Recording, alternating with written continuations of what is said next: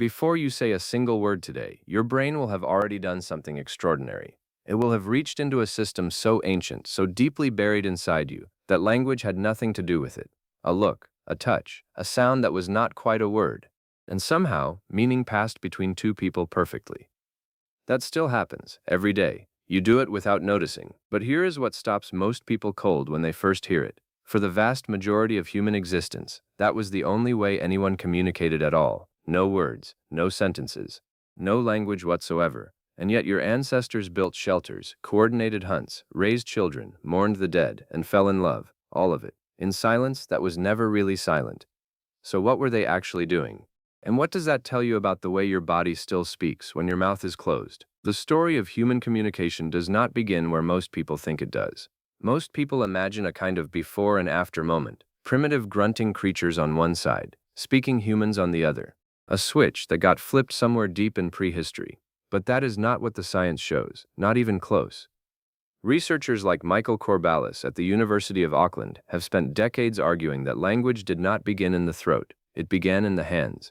His work on the gestural origins of language suggests that our earliest ancestors were communicating through coordinated, intentional movement long before the anatomy of the human vocal tract evolved enough to support complex speech. You were a signing species before you were a speaking one. Think about what that means for a moment. The first human conversations were not spoken, they were performed. Hands moving in space, bodies orienting toward and away from each other, eyes tracking the direction of another person's gaze. This is not speculation. You can watch it happen in living primates today.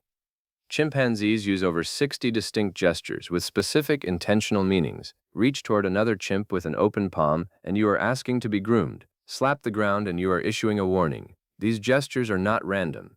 They are learned, shared, and used consistently across different groups. Franz de Waal, the primatologist who spent 40 years studying primate social behavior, documented that great apes do not just respond to each other emotionally. They negotiate, they reconcile, they deceive, all without a single spoken word. Your brain inherited that system.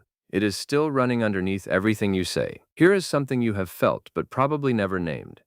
You walk into a room and something feels wrong. Not dangerous, just off.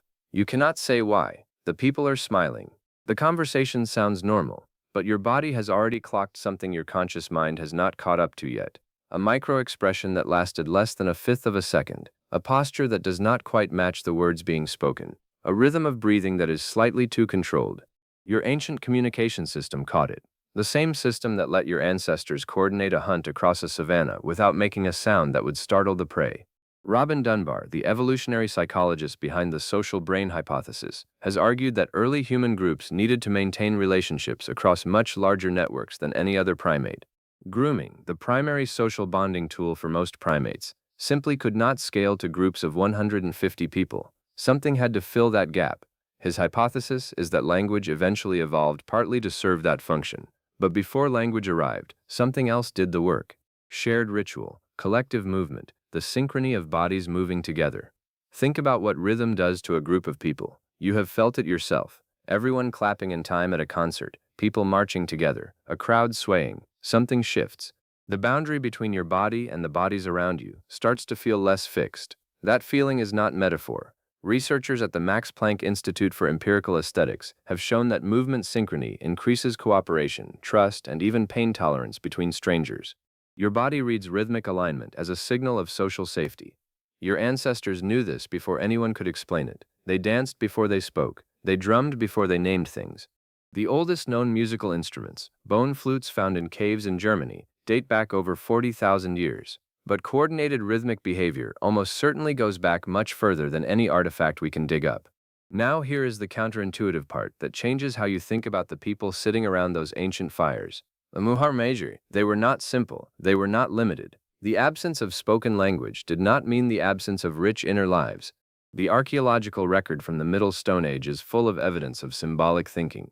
Ochre pigments used for body decoration, deliberately shaped beads made from shells, geometric engravings on bone that serve no obvious survival function. Abstract thought was already there. The need to mark yourself as belonging to something. The need to say, even without words, this is who I am. Archaeologist Francesco D'Errico at the University of Bordeaux has argued that symbolic behavior predates modern human anatomy. The capacity for abstract representation, for pointing at something that isn't there and making it real for another person, may be far older than we assumed, and it was expressed not through speech but through marking, gesture, and shared attention. Shared attention is worth pausing on because it is something so ordinary to you that it has become invisible. Right now, if someone walked into the room and pointed toward the window, you would look at the window. You would not look at their finger. You would not look at their face. You would follow the invisible line their pointing creates and look at what they intend you to see. That is called joint attention, and it is one of the most sophisticated cognitive abilities on Earth. Other animals cannot do it reliably. Human infants begin doing it around 9 months of age, long before their first word. Before language, joint attention was the original internet. It is how one mind reached into another and placed something there. Look, here, this, that matters. That pointing hand was the first sentence. And underneath all of it, underneath the gestures and the rhythm and the gaze following, there was something even older, emotion. Not the polished, labeled emotions you talk about now. Not I am feeling anxious or I am proud of what I did. But raw, whole-body states that your entire nervous system communicated outward, whether you wanted it to or not. The color rising in your face, the way your shoulders dropped when the threat passed, the sound in your chest that was not quite a word, but that everyone around you understood perfectly. Paul Ekman spent decades cataloging facial expressions of emotion across completely isolated cultures and found the same core expressions everywhere. Fear, disgust, surprise, anger, happiness, sadness. These are not learned. They are broadcast from a system so old it predates our species entirely. That system does not need language. It never did. It simply is. And here is where it all comes back to you. You have never fully stopped communicating this way, not for a single day of your life. Every conversation you have is running 2 channels simultaneously. The one made of words, which is recent and fragile and easy to lie with, and the one made of body, timing, tone, touch, and gaze, which is ancient and honest and very hard to fake for long. When someone says they are fine but their jaw is set and their eyes are tracking the exit, you know.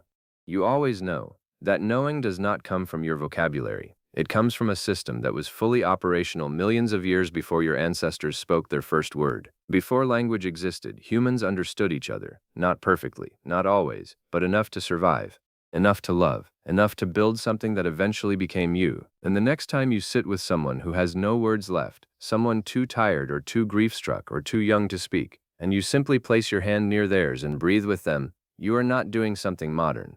You are doing something ancient. You are doing what your species has always done when language was not enough. You are going back to the first way anyone ever said, I am here, I see you, you are not alone.